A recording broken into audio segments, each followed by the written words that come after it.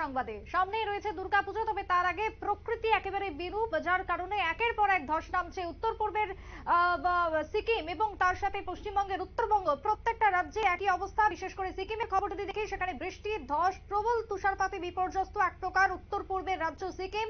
পুজোর আগে সিকিমে ফের বিপর্যয়ের আশঙ্কা, পর্যটকদের সাবধান করেছে সিকিম প্রশাসন।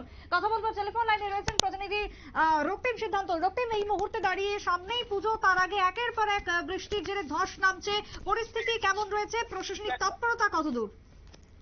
দেখো, আমরা যেটা জানতে পারছি, গত টানা 3 দিনের বৃষ্টির জেরে কিন্তু সিকিমের একাধিক জায়গায় কিন্তু ধস নেমেছে।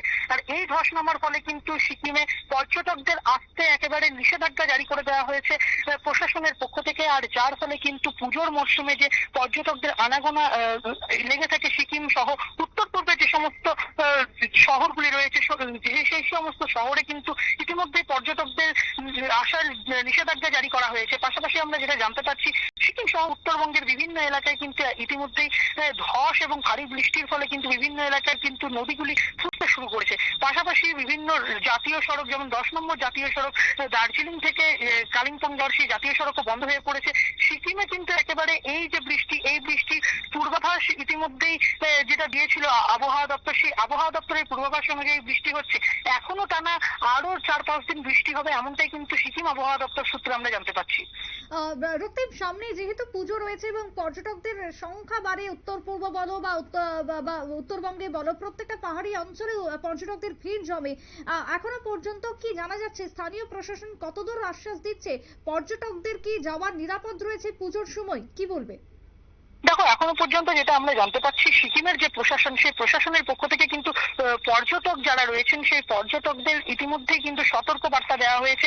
তাদেরকে নিষেধাজ্ঞা জারি করা হয়েছে সিকিমে এই মুহূর্তে যাতায়াতের ক্ষেত্রে। যেহেতু সিকিমে ভারী বৃষ্টি চলছে, ভারী বৃষ্টির সঙ্গে তুষারপাত এবং তার পাশাপাশি বিভিন্ন এলাকায় ধস নেমেছে। এই ধস নামার কারণে কিন্তু পুজোর মরশুম, অর্থাৎ উৎসবের মরশুমে যে সমস্ত পর্যটকরা যায়, সিকিমমুখী হয়, পাহাড়মুখী হয়, সেই সমস্ত পর্যটকদের কিন্তু ইতিমধ্যেই যাবার জন্য সতর্ক বার্তা দিয়ে দিয়েছে প্রশাসন।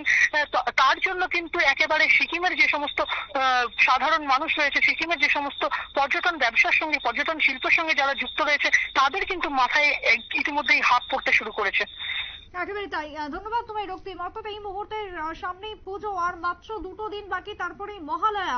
আর এই মুহূর্তে বৃষ্টি ক্রমাগত, তার সাথে ধস নামার ফলে পর্যটকরা কিভাবে যাবেন, আদৌ কি নিরাপদ রয়েছে জানি একটা চিন্তা তৈরি হচ্ছে ঠিকই, তবে স্থানীয় প্রশাসন ইতিমধ্যে পরিস্থিতি সামাল দেওয়ার কাজ করছে। তবে আবহাওয়া দপ্তরেরও যদি পূর্বাভাস বলি, পুজোতেও বৃষ্টি যে হবে সেই ইঙ্গিতই দিচ্ছে দেশের মৌসুম ভবন। স্বাভাবিকভাবে চিন্তা রয়েছে দেশবাসীর মধ্যে। ছোট্ট বিরতির পর ফিরে আসবো, সঙ্গে থাকুন।